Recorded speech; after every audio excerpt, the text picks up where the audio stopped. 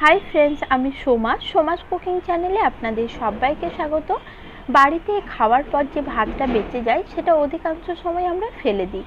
এখন থেকে সেই ভাতটা না ফেলে এই ভাত দিয়ে আপনারা নরম তুলতুলে রুটি বানিয়ে নিতে পারেন, যেটা স্বাস্থ্যের জন্যও হবে খুবই স্বাস্থ্যকর, আর বানানোও যেমন সহজ, খেতেও হয় খুবই টেস্টি। চলুন তাহলে এখন এই রেসিপিটি দেখে নিন। বাড়িতে বেঁচে যাওয়া ভাত দিয়ে রুটি বানিয়ে নেওয়ার জন্য আমি এখানে একটা মিক্সার জার নিয়েছি, আর এখন এই মিক্সার জারের মধ্যে আমি নিয়ে নিচ্ছি ভাত। আমি এখানে টোটাল 2 কাপ ভাত নিয়েছি। আপনারা ঠিক যতগুলো রুটি করবেন সেই অনুপাতে এখানে ভাতটা ব্যবহার করবেন। টোটাল 2 কাপ ভাত আমি মিক্সার জারের মধ্যে দিয়ে দিলাম। এবার এটার একটা স্মুথ পেস্ট আমি বানিয়ে নেব। ভাতটার স্মুথ পেস্ট তৈরি করার সময় যদি প্রয়োজন হয় 3-4 চামচ জল আপনারা এখানে ব্যবহার করতে পারেন। দেখুন, এখানে ভাতটার স্মুথ পেস্ট আমি বানিয়ে নিয়েছি। এখন এর মধ্যে আমি দিয়ে দিলাম 1/2 চামচ নুন। নুনটা অবশ্যই স্বাদ অনুযায়ী ব্যবহার করবেন। এবার এখানে আমি নিয়েছি 1.5 কাপ চালের গুঁড়ো। ভাতের যে পেস্টটা আমি তৈরি করে রেখেছি তার সাথে চালের গুঁড়োটা অল্প অল্প করে দিয়ে একটা ডো তৈরি করে নিতে হবে। রুটি বানানোর সময় আমরা ঠিক যেরকম ডো তৈরি করি এই ডোটা তার থেকে একটু নরম হবে। অল্প অল্প চালের গুঁড়োটা দিয়ে আমি ডোটা তৈরি করে নিয়েছি। দেখুন, এখন ডোটা আরও 2 মিনিট ভালোভাবে একটু থেসে নিচ্ছি। তারপর এখান থেকে এইভাবে একটা লেচি কেটে লেচিটা হাত দিয়ে গোল করে সমান করে নিচ্ছি। তারপর আবারও অল্প করে চালের গুঁড়ো ছড়িয়ে লেচিটা আমি গোল রুটির মতো করে বেলে নেব।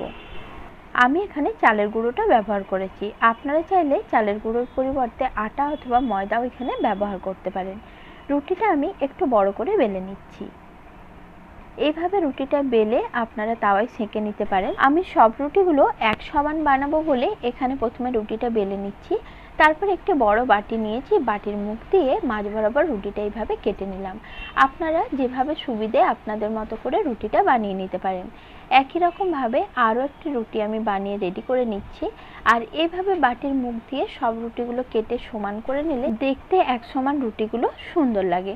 তাই এই স্টেপটা আপনারা ফলো নাও করতে পারেন।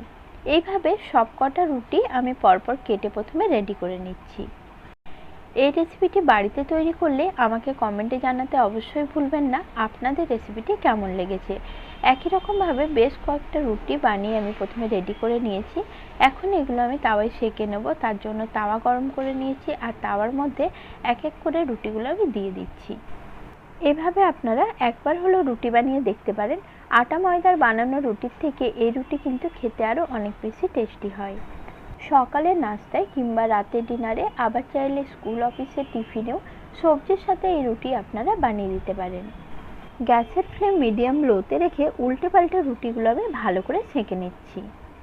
রুটিগুলো সেঁকা হয়ে গেছে। এখন এই রুটিগুলো আমি তাওয়া থেকে তুলে নিচ্ছি।